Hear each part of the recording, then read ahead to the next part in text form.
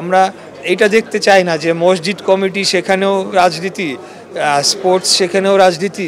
Sports adviser হিসেবে হোক বা এলজিআরডি অ্যাডভাইজার হিসেবে হোক, যেভাবে চিঠি দিয়ে পরিবর্তনগুলো করার জন্য বলা হচ্ছে তা সম্পূর্ণ অবৈধ।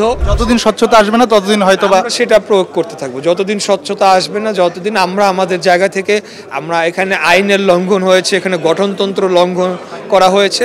আমাদের সাথে আছেন আসন্ন বিসিবি নির্বাচনে কাউন্সিলর পদপ্রার্থী মোহাম্মদ ইশরাক হোসেন।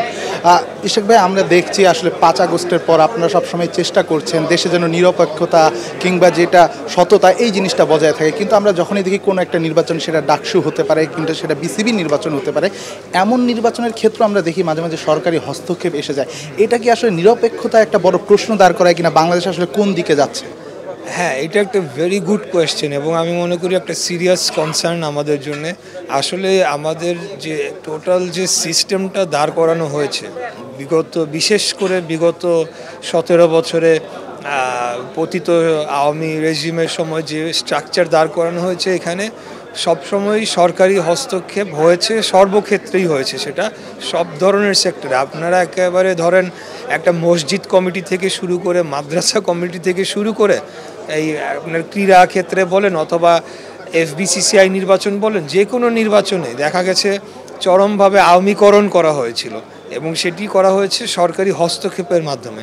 তো এখনও তো আমরা সেই স্ট্রাকচার পুরোপুরি ভাঙতে পারি না, যার কারণে যখনই নির্বাচন হয় বা যখনই স্টেক হোল্ডারদের বিষয় আসে তখনই যার সুযোগ থাকে সে হয়তো বা কোনো ক্ষেত্রে, আমি বলছি না যে প্রত্যেকটি নির্বাচনে যারা জড়িত ছিল সকলেই কাজের সাথে জড়িত সেটি বলছি না, তবে কোনো নির্বাচনে কেউ হয়তো বা কোনো ধরনের ম্যানিপুলেশনের সাথে জড়িত হয়ে পড়ছে বলে আমরা লক্ষ্য করতে পারছি।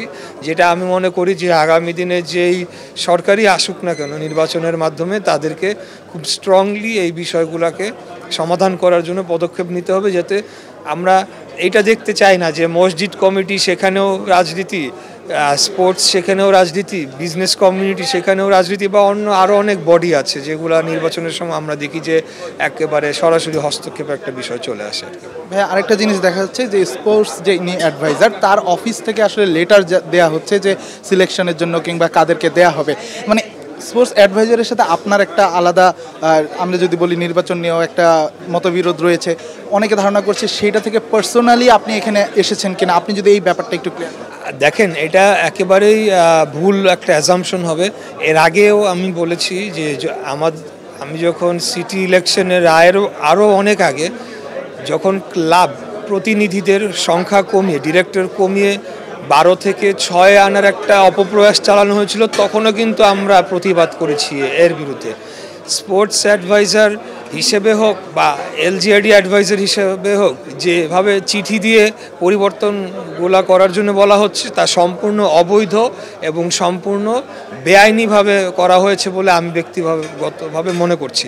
এখানে আমার সাথে কোনো ব্যক্তিগত রেশারেশি বা ব্যক্তিগত কোনো শত্রু কোনো কিছুই নাই, এখানে পুরোটাই হচ্ছে আইনি বিষয় মানা হচ্ছে কিনা। আপনি সিটি ইলেকশনের বিষয় যেহেতু আনলেন, আমি স্পষ্ট করে বলি, সেখানে একদিন হঠাৎ করে আমি গিয়ে দাবি করে বা আবদার করি নাই যে আমাকে দিতে হবে, সেখানে কোর্টের একটা রায় হয়েছে এবং বাংলাদেশের যে এপেক্স কোর্ট মানে সুপ্রিম কোর্টের যে পূর্ণাঙ্গ বেঞ্চে কিন্তু এটিকে উত্থাপন করার পরেও ইলেকশন কমিশন কর্তৃক যে গ্যাজেট প্রকাশ করা হয়েছিল সেটিকে বহাল রাখা হয়েছে। সো সম্পূর্ণ জিনিসটাই আমরা যেখানে দেখছি যে আইনের লঙ্ঘন করা হচ্ছে, আইনকে মানা হচ্ছে না। আপনারা দেখেছেন 5ই আগস্টের পরে একটা বিপ্লব পরবর্তী বা অভ্যুত্থান পরবর্তী সময়ে এই ধরনের একটা পরিবেশ থাকতে পারে বা সেটা কিছুদিন যাবৎ থাকতে পারে, কিন্তু এটা যে অনির্দিষ্টকাল পর্যন্ত এখানে চিঠি দিয়ে দেশকে পরিচালনা করা হবে, দেশের কোনো আইন রীতিনীতি কোনো কিছুই অমান্য করা হবে না, সেটা তো দেশের অন্যান্য জনগণরা মেনে নেবে না। সেটাই হচ্ছে এখানে, এর বাইরে পার্সোনাল কোনো বিষয় থাকার প্রশ্নই ওঠে না। এখানে আপনারা নিজেরাই দেখতে পাচ্ছেন যে কিভাবে আইন লঙ্ঘন করা হচ্ছে, গঠনতন্ত্র লঙ্ঘন করা হচ্ছে, সেই কারণেই আজকে আমরা এখানে এসেছি।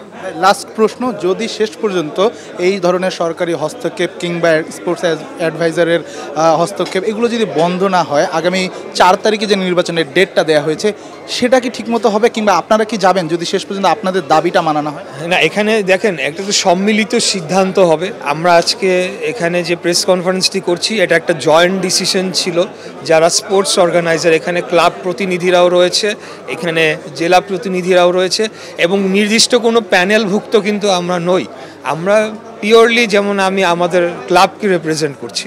পরবর্তীতে যখন আপনারা জানেন যে এখানে নির্বাচন হয়ে ডিরেক্টরদের ভোটে কিন্তু প্রেসিডেন্ট নির্বাচিত হয়, সেখানে আমি কাকে প্রেসিডেন্ট হিসেবে দেখতে চাই সেই বিষয়ে কিন্তু আমি কোনো মন্তব্য করি না এবং কাউকে সরাসরি সমর্থন দেইও নাই। সো সেই বিষয়টা পরে আসবে। আগে আমরা আমাদের যে বিসিবি ডিরেক্টর, সেটা স্বচ্ছ প্রক্রিয়া নির্বাচিত হচ্ছে কিনা সেই জিনিসটা নিশ্চিত করতে চাই। এবং আমি বলবো যে নির্বাচন তো অবশ্যই আমরা পার্টিসিপেট করব, সেটা যেদিনই হোক, যখনই হোক। তবে হ্যাঁ, আমরা পুরো প্রক্রিয়াটা যাতে ট্রান্সপারেন্ট হয় এবং স্বচ্ছভাবে এবং সঠিকভাবে হয়, সেই চাপ আমরা অনবরত আমরা প্রয়োগ করতে থাকবো। যতদিন স্বচ্ছতা আসবে না ততদিন হয়তো বা সেটা প্রয়োগ করতে থাকবো। যতদিন স্বচ্ছতা আসবে না, যতদিন আমরা আমাদের জায়গা থেকে, আমরা এখানে আইনের লঙ্ঘন হয়েছে, এখানে গঠনতন্ত্র লঙ্ঘন করা হয়েছে, সেগুলোর বিষয়ে আমরা যেমন আইনি পদক্ষেপ নিব, আমরা প্রতিবাদের জায়গাটাও আমরা আমাদের জায়গা থেকে করে যাব।